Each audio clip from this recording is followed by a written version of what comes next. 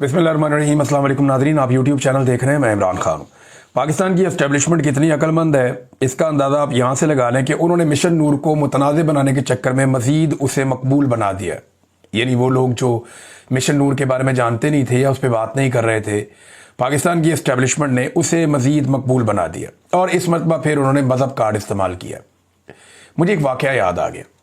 एक DIG साहब थे, वो मुझे मिले। उन्होंने कहा जी एजेंसियां मेरे से कोई काम करवाना चाह रही थी, पुराना वाक़या, लेकिन मैंने वो इनकार कर दिया। मुझे उन्होंने जनाब मेरे कभी घर के चक्कर, कभी मुझे बुलाना शुरू कर दिया कि जी ये काम तो आपने करना ही करना है। तो मैंने उन्हें इनकार कर दिया, जी गलत काम है, कानून मुझे इसकी इजाज़त नहीं देता, तो मैं नहीं करता। तो मुझे उन्होंने धमकाया कि हम आपके ऊपर को केस बना देंगे। तो मैंने कहा जी बना दें आप केस, मेरे ऊपर तो कोई, मैंने ज़िंदगी में कभी करप्शन नहीं की, कोई बेईमानी नहीं की, बनाएं आप, चलेगा ही नहीं।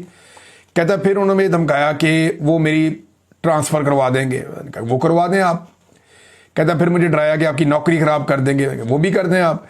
लेकिन वो DIG साहब ने कहा कि पहली मरतबा जब मैं हिल गया और थोड़ा सा परेशान हो गया, जब उन्होंने मुझे ये धमकी लगाई कि हम आपके ऊपर तौहीन मज़हब का केस कर देंगे, तो कहते मैं पहली दफ़ा डर गया। मैंने कहा यार ये ख़तरनाक हथियार है। तो ये यहाँ तक एजेंसियाँ चली जाती हैं।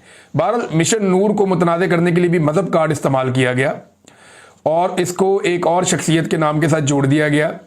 कादियानियत के हवाले से इसको जोड़ा गया और ये कहा गया जी वो तो बंदे का नाम था और उसका जो नाम था मौलवी हकीम नूरुद्दीन, तो ये उसके नाम, भाई कुरान पाक में सूरह नूर है और अल्लाह नूरुस समावाति वल अर्ज़।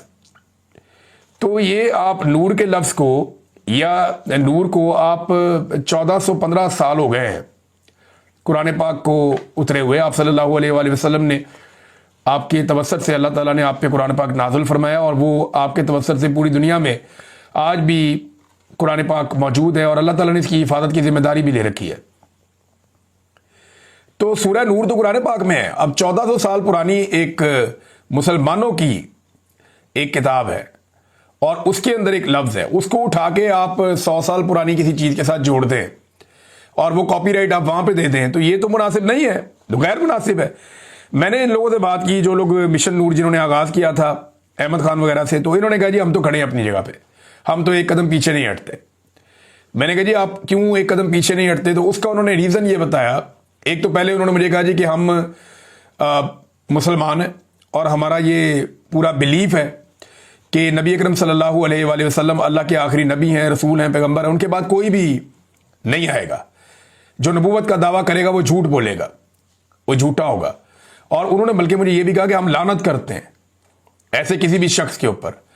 तो ये बातें मैंने उनकी सुनी, बल्कि वो उन्होंने काफ़ी चीज़ें मुझे बताई हैं और भी, और साथ में उन्होंने मुझे ये कहा कि ये एक्चुअली दबाने की कोशिश है और ये दबाव हम पर गुज़िश्ता चंद दिनों से डाला जा रहा है। और अब पाकिस्तान तहरीक इंसाफ के लोगों ने भी ये बात की, कुछ लोगों ने की, लेकिन फिर भी आज़ान से कोई नहीं भागा। सब ये कह रहे हैं कि आज़ान देनी चाहिए। नूरुल्लाह कादरी साहब ने कहा जी बिल्कुल। आरिफ अलवी साहब ने अपना स्टेटमेंट जो है वो डिलीट कर दिया और उसके बाद जो है वो कुछ, मैंने आपको बताया था ना, रात को कई एजेंसियां जाग रही हैं, मौलवियों के दरवाजे खटखटाए जा रहे हैं, फ़ोन बजाए जा रहे हैं कि दो कोई फतवा, कोई बात करो। तो छोटा मोटा वो भी काम हो गया पाकिस्तान तहरीक इंसाफ के अंदर से। अच्छा, मामला क्या है? जो लोग इसको लेकर चले ना, वो ये कहते हैं कि हम तो एक आम पाकिस्तानी के तौर पर हमने ये कोशिश की है, हम सारे पाकिस्तान को इकट्ठा करेंगे, हमने ब्लैकमेल नहीं होना। ये पाकिस्तान के एस्टेब्लिशमेंट का तरीका वारदात है कि ये अगर कोई चीज़ कंट्रोल में ना आ रही हो ना, तो उस चीज़ का कंट्रोल अपने करीबी लोगों को दे देते हैं। यानी कोशिश उनकी ये है कि ये जो कंट्रोल है ये आम आदमी के या सोशल मीडिया के हाथ से निकलकर पॉलिटिकल पार्टी के कंप्रोमाइज लोगों के हाथ में चला जाए। ये उनका मौक़िफ़ है जो उन्होंने मुझे बताया। बहरहाल नाम से क्या फ़र्क पड़ता है? फ़र्क तो काम से पड़ता है और काम जो है वो बहुत बड़ा है। अजान देना, अल्लाह को पुकारना, ये तो किसी सूरत भी गलत नहीं है और इसको कोई गलत कह भी नहीं सकता। पाकिस्तान में जमहूरियत है और पाकिस्तानी जो है वो अजान देंगे। और नाम तब्दील भी करने के पीछे या करवाने के पीछे जो कहानी है मैंने आपको बता दी कि नाम तब्दील करेंगे, फिर मकसद तब्दील कर देंगे, वेन्यू तब्दील कर देंगे, टाइम तब्दील कर देंगे, वो चीज़ें कंप्रोमाइज़ हो जाएंगी। वो कहते हैं नहीं, हम सारे अजान देंगे और पाकिस्तानियों को अजान देनी चाहिए। पाकिस्तानियों को अजान देनी चाहिए, जुल्म के खिलाफ अल्लाह को पुकारना चाहिए। जुल्म है, जबर है, फस्तायत है जो पाकिस्तान में इस वक्त किया जा रहा है, उसके बाद अल्लाह ताला को पुकारना चाहिए। देखिए आपके मुल्क के अंदर इंसाफ का निज़ाम तबाह हो गया, आप अदलिया से जाके इंसाफ नहीं ले सकते। इस वक्त 26वीं आईनी तरमीम के बाद सारे रास्ते बंद हो गए। पार्लिमान जो है वो बेअमल होकर रह गई है। आपके तमाम इदारे जो है वो गिरवी रख दिए गए एक शख्सियत के आगे, और मुल्क के अंदर एक मार्शल लॉ है।